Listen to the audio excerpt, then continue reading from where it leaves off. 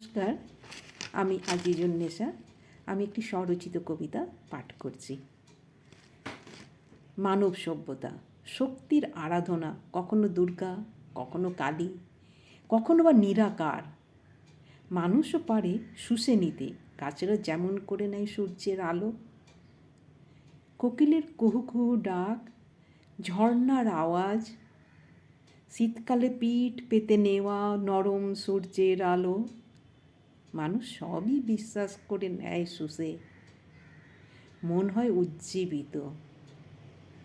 চোখ যেমন বোঝে আলোর কম্পাঙ্ক, হৃদয় বোঝে ভালোবাসার।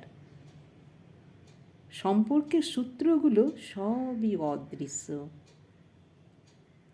বুঝে পড়ে শুষে নিতে হয়। আদম এবং ঈভ যে সুতো ছেড়ে গেছেন, আমরা এখনও ওড়াচ্ছি। মানব সভ্যতার ঘুড়ি উড়ছে আকাশে পথ পথ করে।